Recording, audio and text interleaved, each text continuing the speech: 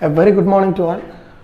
Today we are going to discuss about the concept of inductor and capacitor in very detail. Let's see first what is an inductor means. Inductor.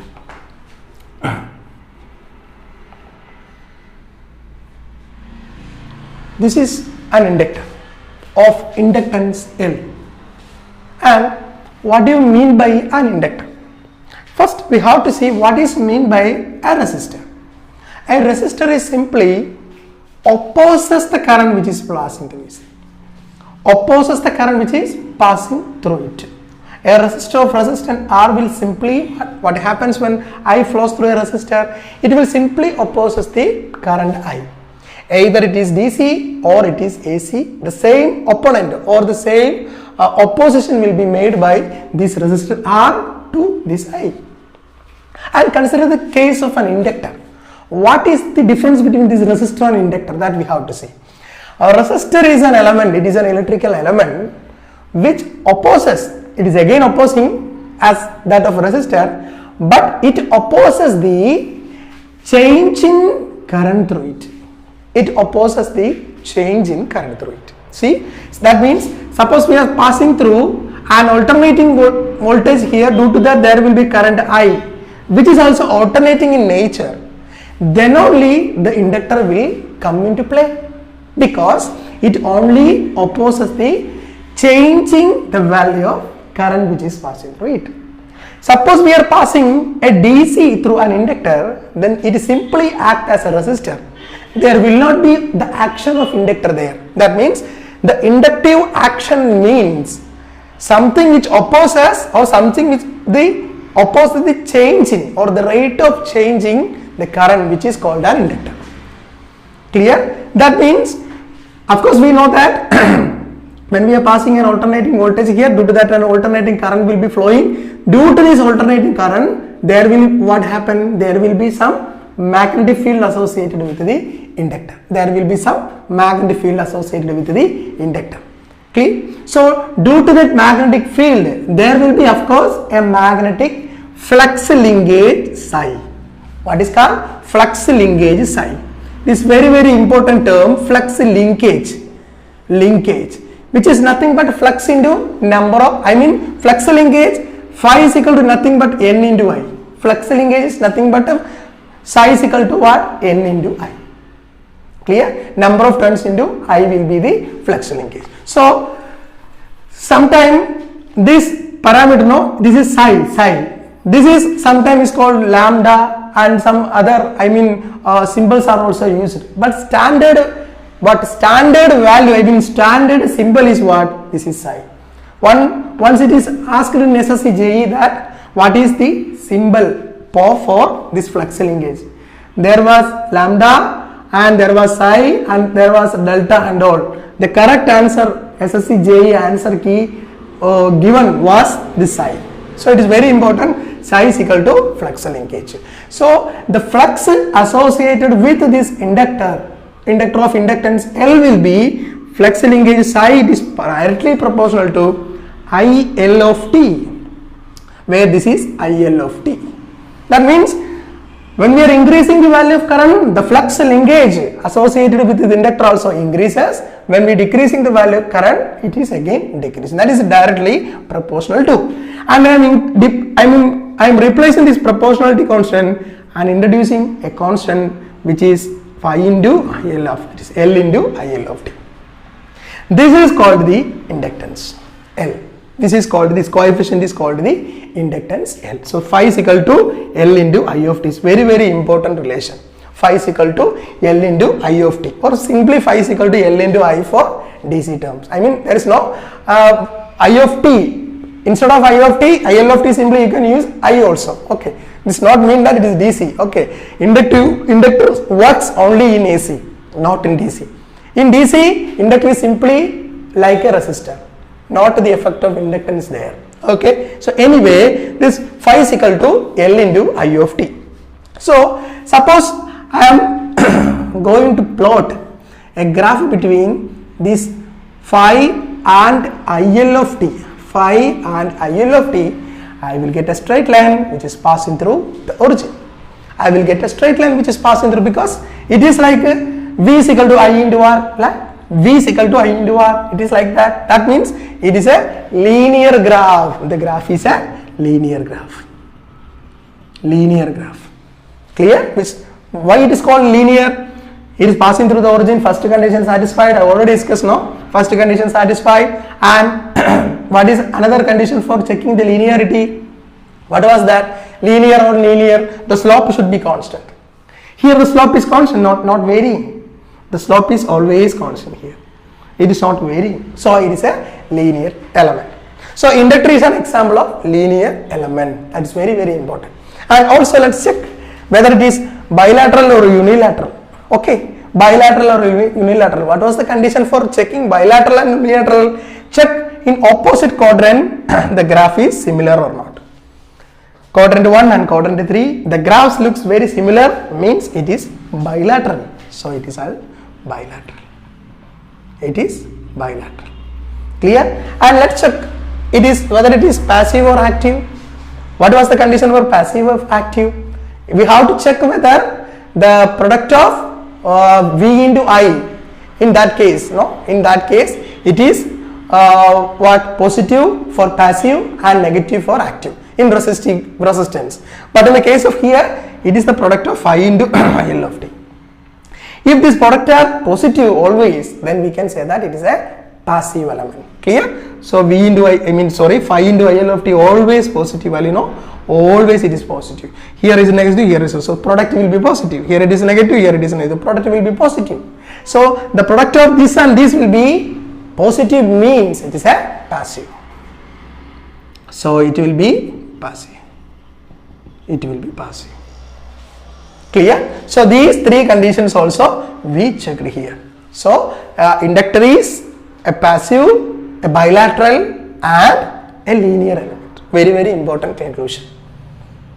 Clear? So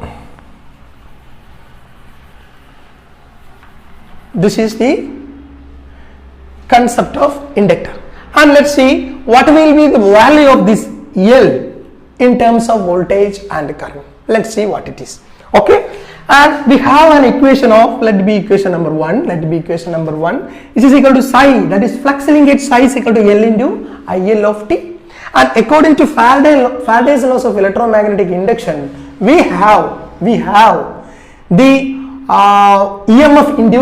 EMF induced will be equal to negative of d by dt of flux linkage.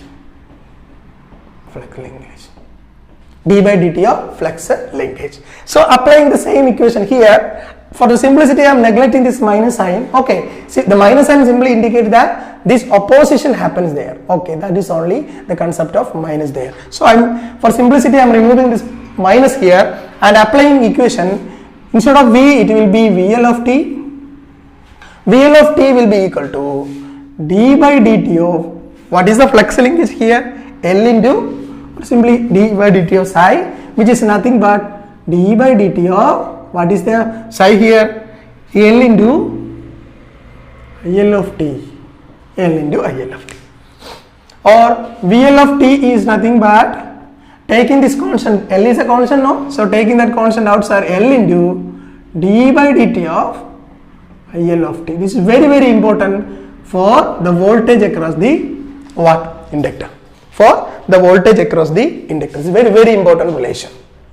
Clear? And let's see what is this IL of t in terms of VL of t. Okay. So let be equation number 2. And multiplying this, cross multiplying this, we will get VL of t is equal to VL of t into dt, which is nothing but L into dIL of t. Clear? L into dIL of t, or simply VL of t into dt whole divided by L is equal to dIL of t. Taking integration on both sides. So the limit of the integration will be from minus infinity to t. minus infinity to t, because we assume that there is already some energy associated with this inductor. There is already some energy associated with this inductor. So we are assuming this value VL of t divided by t from minus infinity to t. So what will be the result here? It is VL of t, simply VL of t divided by L dt minus infinity to t equal to integral of d into IL of t. It will become simply IL of t. So IL of t will be equal to what? IL of t will be equal to 1 by L integral L of t dt minus infinity to t. It is very important relation. 1 by L integral minus infinity to t VL of t dt. It's very important. So you have to remember three equations here, very important. Flux linkage phi is equal to L into IL of t 1 regarding inductor, and VL of t is equal to L into DIL of t divided by dt, and again IL of t is equal to 1 by L integral minus infinity to t VL of t dt. The term minus infinity to t means already it is not a completely discharged inductor. We assume in a manner that it is not a completely discharged inductor. It contains some energy when we are observing it. That means from infinity, minus infinity time to what is the time at which I am observing this element is t. So up to that time there is some energy. So that assumption made this equation. No? So IL of t is equal to 1 by L minus infinity to t into VL of t dt. So this is the three important relationship regarding this inductor. And let's see what is the energy stored in an inductor. This is also very important. You may directly have some numerical simply by applying this formula. Okay, so let's see energy stored in an inductor. Okay, we have a basic equation that P is equal to W by T, that is power is equal to work done by time. So simply W is equal to implies W is equal to power into time. This is very important. W is equal to power into time. This W is nothing but work done. Work done is same as that of energy. Clear? So energy and work done both are equal. So in the case of inductor, so it will be equal to the energy stored or work done or energy stored both are equal, which is equal to what is that? VL of t into IL of t dt, right? VL of t into IL of t dt, which will be equal to integral. What is VL of t? L into d IL of t divided by dt into what is that? IL of t is what? IL of t dt. This dt and dt get cancel, which is equal to, and this L is a constant now, you can take it outside. So L into see integral IL of t into dIL of t. So the integration is with respect to IL of t because it is dIL of t. So what is the integration of IL of t? It is nothing but L into what is the integration of IL of t? It is x raised to n plus 1 divided by n plus 1. So integration formula simply it is IL of t square by 2. So it is equal to simply half into L into IL of t or IL of t whole square, or simply it is equal to half Li square. So it is the energy stored in an inductor. It's very important relation. Half Li square. Though, so you have to remember these four equations regarding the concept of inductor. Is it clear? I think you got it clearly. Okay. So let's do a small numerical so that the concept will be very clear again.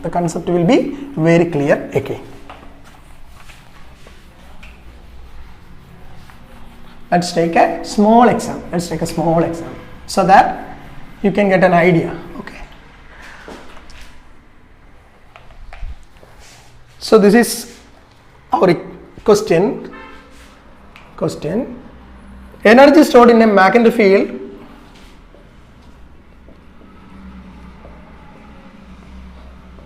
stored in a magnetic field in a solenoid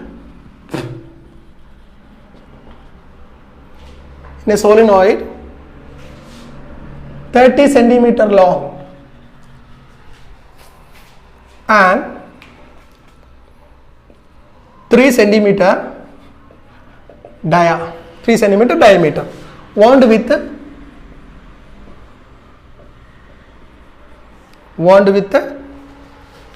1000 turns of wire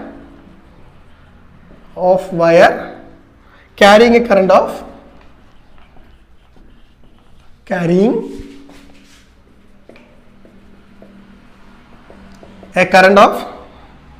10 ampere.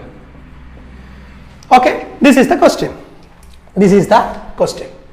So we have to find the energy stored in a magnetic field in a solenoid 30 centimeter. See, 30 centimeter long and 3 centimeter in diameter and wound with 1000 turns of current carrying a current of 10 ampere. So you have, what are the parameter you are given already? What is the L, length of the magnetic circuit? Here you can see that half Li square, or you want to know other equation also. I forgot that to write. What is the equation for inductance in terms of area, length and all? It will be L is equal to mu 0 it is equal to mu 0 n square A by L. Mu 0 n square A by L. It's very important relation. When we are given, it is area and length. So L is equal to mu 0 n square A by L, where mu 0 is nothing but 4 pi into 10 raised to minus 7 Henry per meter. So mu 0 is equal to 4 pi into 10 raised to minus 7 Henry per meter. So this is another equation for inductance in terms of area and length, where A is nothing but area of magnetic circuit. And L is the length of the magnetic circuit. It's very important, because these two terms, you have to focus on these two terms, because A is area of the magnetic circuit, not the conductor area. By using that conductor, what magnetic circuit that we form, that is the area of magnetic circuit. And L is the length of the magnetic circuit, not the length of the conductor. Clear? That means I can take another example here. Suppose I took the core of a transformer. So what will be the A here? It is nothing but the area of cross section of the magnetic circuit. Here the magnetic circuit is nothing but the core. So now it will be the core area. And L means the length of the magnetic circuit. Here not the length of the conductor that we found here. The magnetic circuit here is nothing but the 4 limbs. So this will be the total length. So this will be the total L. This plus this will be the total L. Clear? So that is the concept of A and L. I think it's clear to all. Clear? So let's see the area of the solenoid. Solenoid is nothing but what? It is like this. It is a solenoid. So area of the solenoid means the curved area, no? The solenoid, you may be familiar with the solenoid. Definitely you also see that means solenoid means it is like this structure. So while looking from here, that whole area is the area of cross section, and the total length of the solenoid is the length of the magnetic circuit, not the conductor length. Suppose it is structured, it will be again longer. That we don't want. Clear? So area of the magnetic circuit and length of the magnetic circuit, both are associated with the magnetic circuit. Here the magnetic circuit is solenoid, not the conductor. So again come back to, it is very fundamental actually. Sometimes you may have confused with it. That's why I explained again and again. Okay. So the energy stored in the magnetic field we have to find 30 centimeter long. So Here we already given that 30 centimeter. So 30 into 10 raised to minus 2 meter. Please convert all the parameter to standard values for that meter. Okay. And again, diameter D is equal to, that is the diameter of the solenoid. It is equal to what? 3 centimeter. That is 3 into 10 raised to minus 2. And what with the turns? How many turns are there? It is 1000 turns. 1000 turns. And what is the value of current here? It is 10 ampere. It is 10 ampere. Clear? So first we have to find what actually we have to find. The energy stored in an inductor we have to find. So E is equal to half into Li square. Half into Li square. I is already given, but L is not given. L is not given here. So we have to find the value of L now. We have to find the value of L now. Clear? So let's see. How can we find the value of L? But L is equal to what? mu0 n square A by L. We already have the value of what mu0. N is given already. A. What is A means? Area of cross section of magnetic circuit. While looking from here to here, you imagine from here to here, consider a solenoid like this. When we are looking from here to here, you can simply see a circle like this. You can see simply a circle like structure. So the area of cross section will be the area of the circle. The area of cross section will be the area of circle simply. So you can write it as, what is the area of circle? It is pi by 4 d square. Pi by 4 d square, simply pi r square. Pi r square and pi by 4 d square both are same. Pi r square and pi by 4 d square both are same. So you can substitute the value of d and you will get some area, no? You will get some area. No, I'm not going to do this all because it is time consuming. You simply do it by yourself. Okay, so you got the area. And L is nothing but the length of the magnetic circuit. The length of the magnetic circuit. This is already given simply. It is what? 30 centimeter. So you can directly substitute that also. So by substituting A and L here, you will get the value of L. You will get the value of L, and after that you have to simply substitute it in the E. So E is equal to half Li square. This question is actually looks very simple, and there may be some confusing factor. Suppose it is given the length of the conductor is somewhat, okay, in order to confuse us, then you don't go there. You have to focus on the length of the magnetic circuit, not the conductor. And you have to focus on the length, the area of cross section of the magnetic circuit, not on the area of cross section of conductor. That is very, very important. Okay, so that's all about the concept of inductor. And next we have to see what is a capacitor. And one more thing regarding inductor, that inductor for AC, it will definitely offer some impedance that we call as impedance. That will have some impedance for what? AC. And for DC, it simply acts as a resistor. Suppose we are dealing with a pure inductor, means there is no resistance, it is completely contain inductance. Then for ideal case means we are dealing with a pure inductor. So we know that the inductive reactance XL is nothing but L omega. We have inductive reactance XL is equal to L omega, where omega is nothing but L into 2 pi f. Omega is the angular frequency and it is again equal to 2 pi into f. F is the frequency. So when we are applying DC to this ideal case, ideal inductor, what is the XL value? XL is equal to 0, because for DC the frequency f will be equal to what? 0. So DC XL will be equal to 0, or it is like what condition? XL equal to 0 means short circuit condition. XL equal to 0 means short circuited condition. There is no what XL and all. And suppose I am passing an AC here, definitely some value of XL will be there. It is equal to L into 2 pi f. So it is not exactly like what open circuit condition. It contains some resistive, I mean impedance. So inductive reactance XL is equal to L into 2 pi F. Is it clear? Is it clear? Suppose the frequency is infinity, means there will be XL is equal to what? Infinity. Suppose F is equal to infinity. Frequency is equal to infinity means what happens here?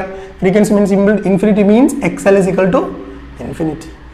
At that time it will be act like open circuit. At that time it will be act like open circuit. So you have to play, you have to clearly, you know the what playing between this XL frequency and all. Okay, then only you can do this calculation. Okay, it's very easy, but you have to know. Clear? So that is the concept of inductor completely. And of course, you know, inductor is a dynamic element. No, inductor is a dynamic element because according with the time, its nature is varying. That's why it's called dynamic element. Dynamic means something which is changed with the time. It's called the dynamic nature or dynamic element. So let's see what is a capacitor means. What is a capacitor means?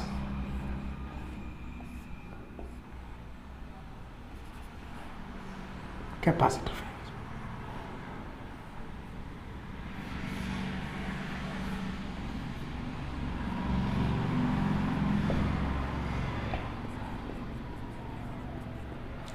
So capacitor means nothing but you know this is very, because you already studied, no? Capacitor means two conducting plates. Two conducting plates are separated by some insulating material and applying some voltage there, it forms the capacitor. It forms the capacitor.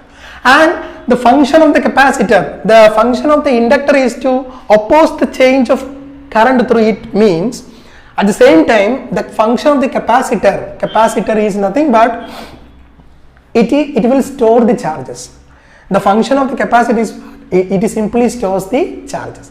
And suppose I am applying a voltage of Vc of t, and due to this there is a flow of current Ic of t through this capacitor C, then we can write the charge stored in a capacitor is directly proportional to the voltage applied. The voltage applied is Vc of t. And I am remove this proportionality constant, I can obtain another constant Vc of t into Vc of t. So Q is equal to C into Vc of t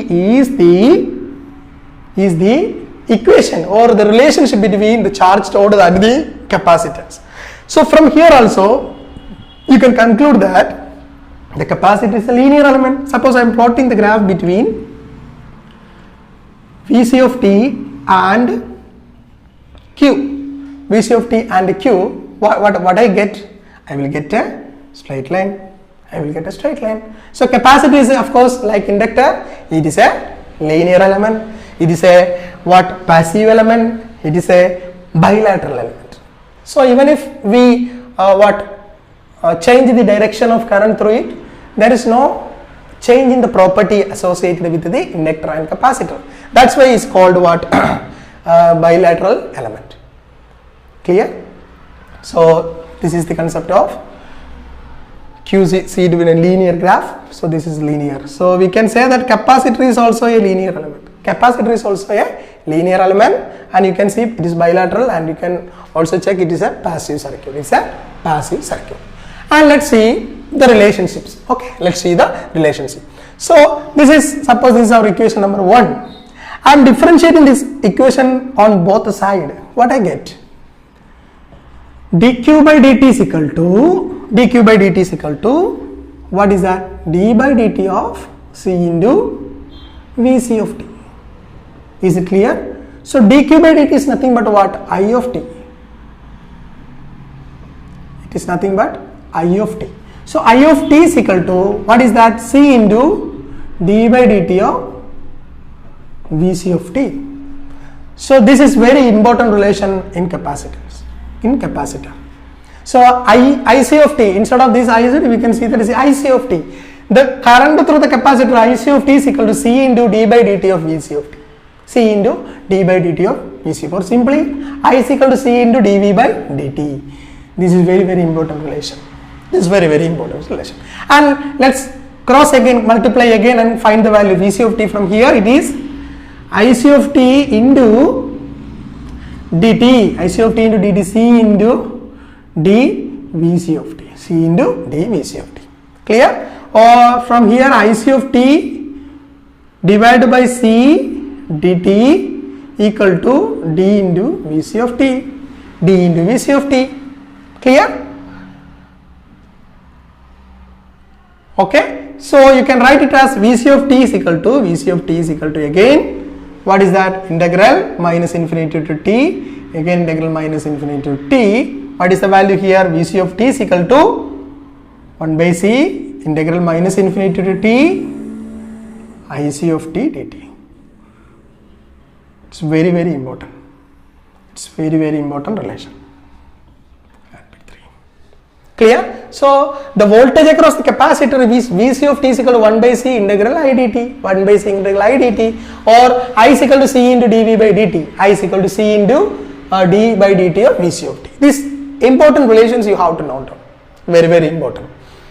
Vc of t is equal to 1 by c integral minus infinity t into Ic of t. That minus infinity to t integration limit is same as that of inductor case also. Okay, we assumed it is a charged, it is not fully discharged capacitor, it contains some charges previously. In history there was some charges, that was the assumption here.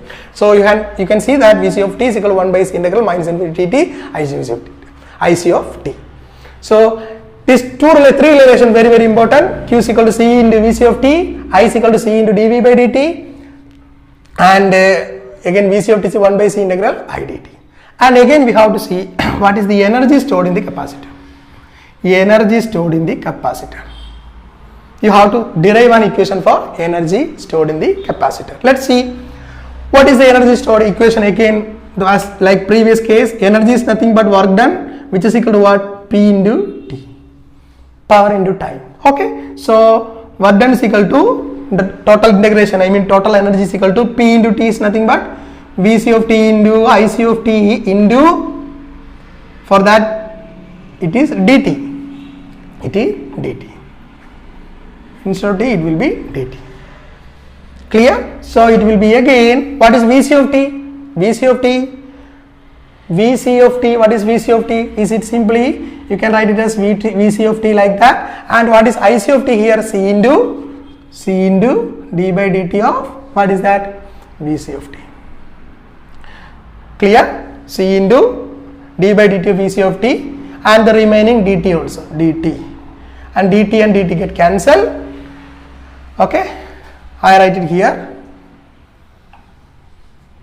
Okay, so it will become W is equal to what? W is equal to, this C is a constant now, this C is a constant, you can take outside, C into integral Vc of t d Vc of t. Clear? So that integration is regarded with respect to Vc of t. So it will be equal to C into Vc of t the whole square by 2. So it will be simply half C V square, half C V square. This is the energy stored in the capacitor. It's very important relation. So let be equation number 4.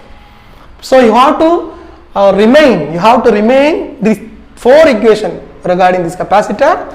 One is here, Q is equal to C into Vc, and 2 and 3 and 4, half CV square. Half CV square. Is it clear? Is it clear? Is there any doubt? Okay, I am going to rub this.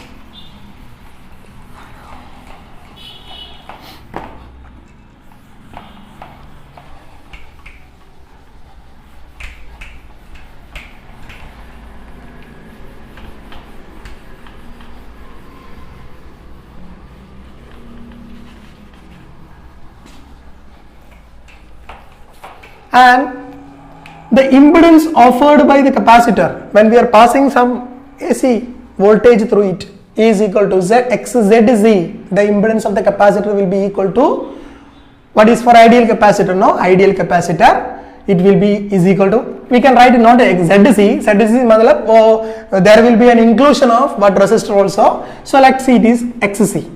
The capacitive reactance XC is nothing but minus j divided by omega c, or simply equal to multiply numerator and denominator with j, it is minus j into j divided by j into omega c, it is simply equal to j into j is j square, it is minus 1, minus and minus plus 1, so numerator will be plus and by j. So this is very important relation. X is equal to 1 by j omega c, x is equal to 1 by j omega c. So what happened when we passing a DC through a capacitor? A DC through a capacitor. DC means what will happen? For DC, you know, the omega or the frequency will be what?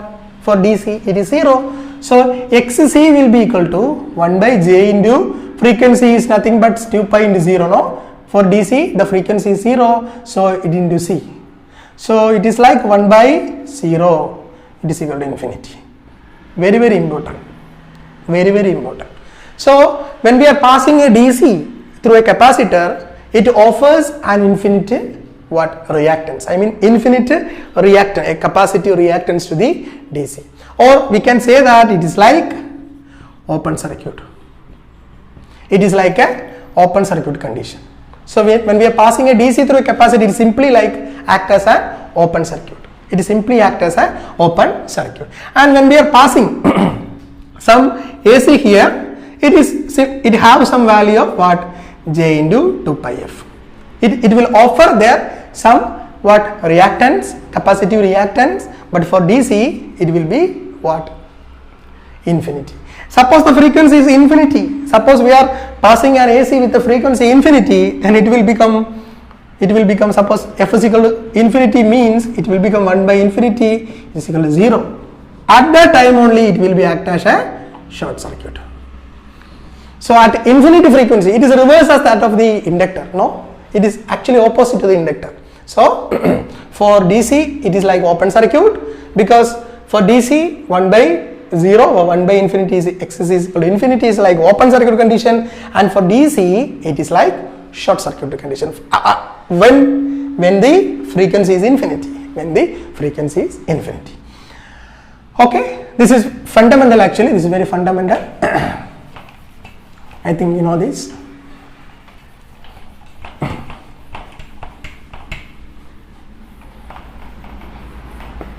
And let's see what is the equivalent circuit of a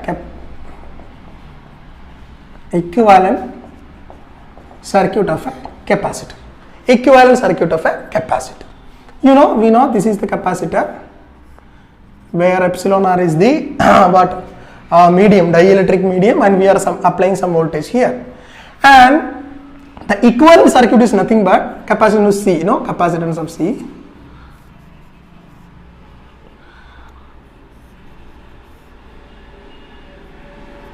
This is the equivalent circuit of a capacitor, practical capacitor. This is the equivalent circuit of a practical capacitor.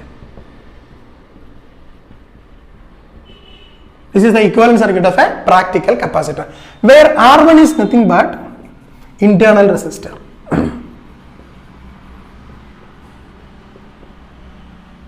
Internal resistor, and R2 is nothing but leakage resistance.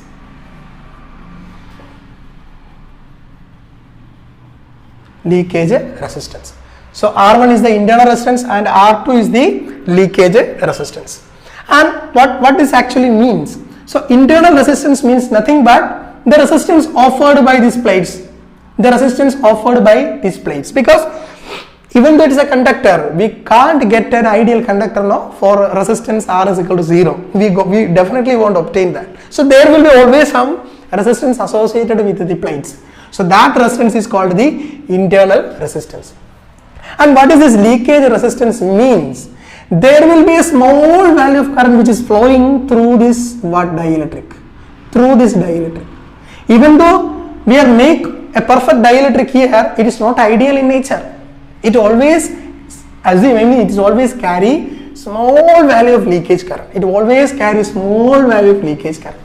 That's why it's called leakage resistance. That resistance offered by the small value of leakage current here is called the leakage resistance, and simply the resistance offered by these two plates is called the what? Internal resistance. Internal resistance. For ideal capacitor,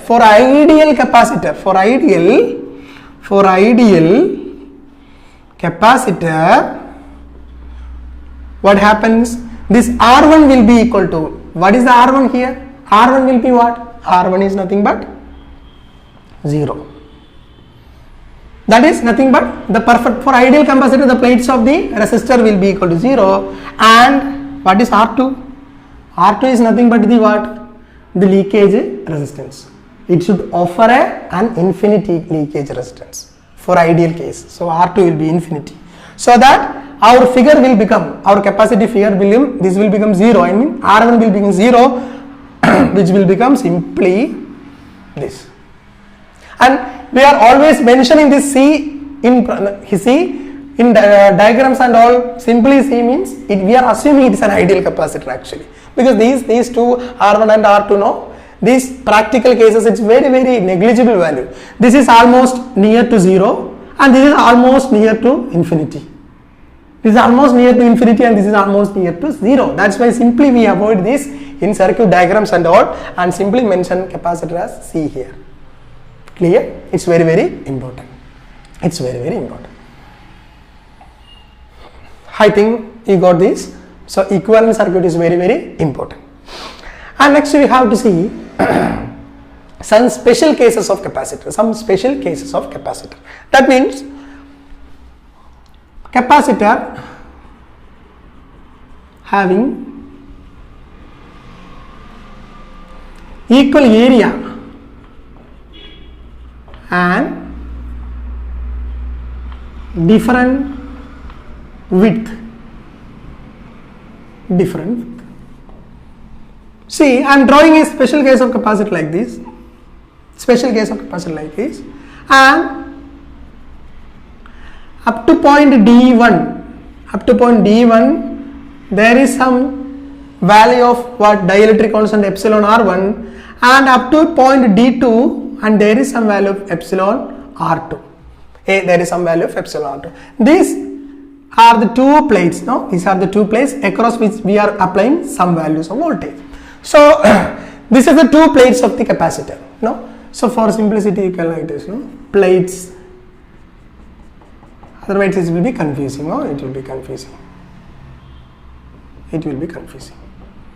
So we are considering the case 1 here. Let it be case 1. Let it be case 1. So here you can see that the area of plates, are equal. That is why equal area, and the width of the dielectric mediums are different. Which means for D1 length the epsilon R1 and for D2 length, that means the whole length here is divided into two lengths, D1 and D2. And by observing this, of course, due to this D1 and epsilon R1, there will be a capacitance C1. Of course, this D2 and epsilon R2, there will be a capacitance C2. And the C1 will be what? C1 will be epsilon R1 into A divided by D1, because A is equal here, and C2 is nothing but what? Epsilon R2 into A divided by D2, because D2 is this difference, I mean the width are unequal, the area of cross section is same here, so it will be C2 is equal to epsilon R2 into A divided by D2. And by looking into this diagram, we feel that the capacitor C1 and C2 are in series. That means suppose I am sending a current here, the opposition of this current will be like series manner. So you can see that the effective value of capacitance, you know that the effective value of capacitance in series combination is nothing but C1 C2 divided by C1 plus C2. The effective value of capacitance in parallel combination, I mean series combination, is opposite. The capacitor is always opposite to that of the resistor. So it will be C1 C2 divided by C1 plus C2. C1 C2 divided by C1 plus C2. Clear? And let's see the case 2. Case 2 is nothing but capacitor having unequal area and same width. Unequal area and same width. And let's try to draw the figure now. So this will be the figure.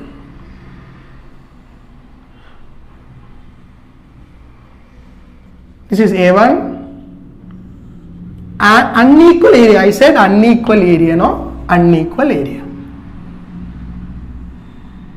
I said unequal area.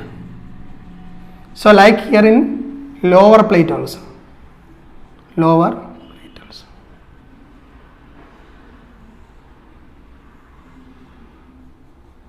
Lower plates also. So A1, A2, and here also it is A1 and A2. And equal length, no, there is no change in length actually. Okay, so for exact representation you have to draw like this, no, you have to draw like this. Clear? So from this figure you can feel like this have an unequal area, but D is same here. But D is same here. So up to this point, there will be some dielectric constant value epsilon R1, and there will be some other dielectric constant value epsilon R2. So now this A1 and D and the epsilon R1 forms a capacitor of C1. And here A2 epsilon R2 and again D, no, D is same here. So it again form another capacitor of C2. Clear? So what is the second case actually? Capacitor having unequal area, A1 here, A2. That means the whole plate here, no, the two plates here, I divided the plate with different areas A1 and A2. I divided this with unequal area, I mean A1 and A2, so that A1, A2 are different. For that epsilon R1 and epsilon R2 different dielectric also. So dielectrics are both different in both the cases. So this will be C1 and this will be C2. And see this, what is the value of C1 here? Again it will be epsilon R1 A1 by D, right? And what is C2 here? Epsilon R2 A2 by D here, because D is same in both the cases. D is same in both the cases. So you can find these two capacitors while looking from here to here, no, this is the external connection. While looking from here to here, you can see or you can feel that these two capacitors C1 and C2 are in parallel, not series. That is very the difference. That is the very important difference between these two. While looking from here to here, I mean externally when we are looking this capacitor, what do you feel exactly? These C1 and C2 are in parallel, not in series. Very, very important. Not in series, it's very, very important. So what will be the effective value of capacitance here? When two capacitors feeling like parallel, the effective value will be C1 plus C2. It is simply the addition. It is simply the addition, opposite to that of resistor, no? When we are dealing with the resistor, it is R1 R2 divided by R1 plus R2 in the case of resistor, but in the case of capacitor, it is simply the addition. It is simply the addition. Clear? Clear? It's very important terms. And the concept here, you have to clearly know the fundamentals and concept, no? Then only you can solve any problems. At least you can try any problem. Even if you can't be able to solve very big problem and confusing problem, at least you can try. You can try. And for JEE and AE and sub-manager like examination, you will be definitely asked the fundamental, not in depth or not very, very big derivation, not very, very big solutions, no? You will be simply asked the fundamental. So you have to clear it all. Clear? So this is very important concept regarding inductor and capacitor. Hope you all cleared the concept. You clearly know the concept. Okay? And my request is you have to share this video if you feel it is worthy. If you feel it is worthy, you have to share it to all your friends, relatives and all, so that more and more member will come to our family. Then only there is an enthusiasm for making video. Okay, so please share to your family and friends and subscribe. Those who are not subscribed to my channel yet, please try to subscribe it and share to all of your friends. Let's meet again with a new topic. Let's bye for now and meet again. Bye. Thank you all.